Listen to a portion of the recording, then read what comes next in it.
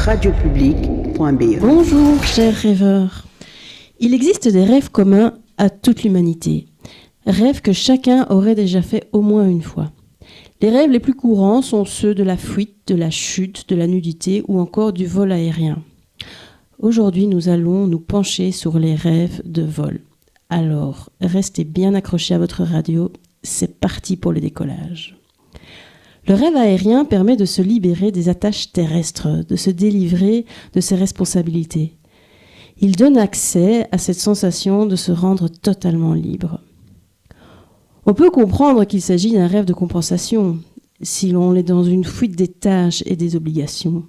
Étant tellement agréable et libérateur, le rêve de vol permet aux rêveurs de faire l'expérience de comment ils se sentiraient s'ils pouvaient vivre délivrés de cette tracasserie du moment.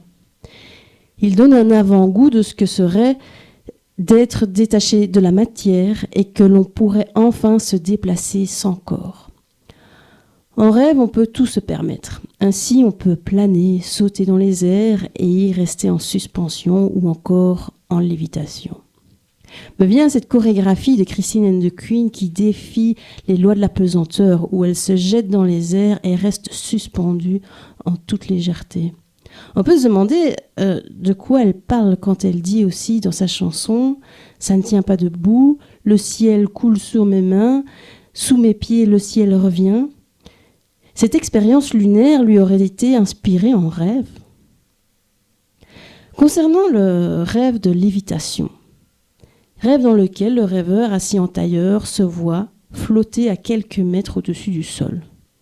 Notre rêveur pourra dire qu'il lévite. Qu'il lévite. Entendez le jeu de mots. Il lévite. J'entends L'.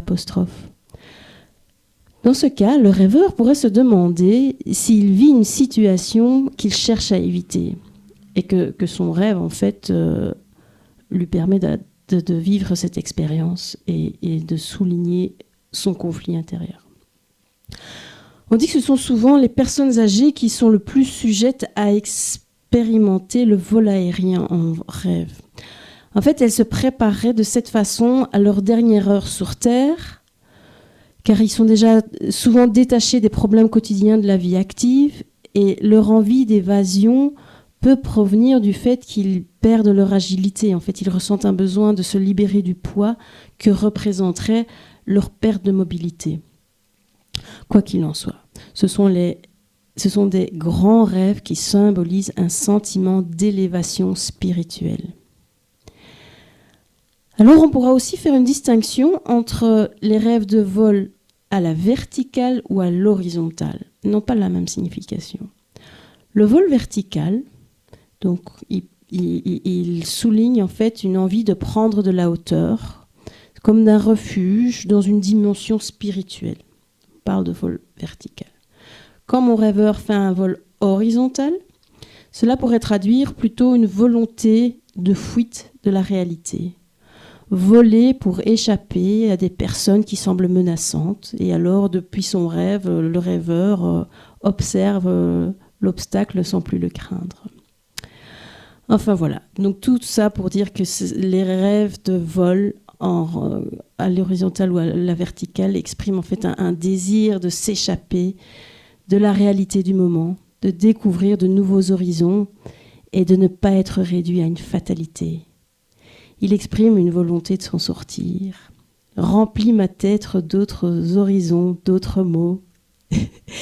Et sur ce, je vous rends l'antenne jusqu'à la semaine prochaine. Car on me fait signe que minuit se lève en haut des tours, que les voix se taisent et tout devient aveugle et sourd. La nuit camoufle pour quelques heures, la zone sale et les épaves et la laideur. À la semaine prochaine, chers rêveurs. radiopublique.be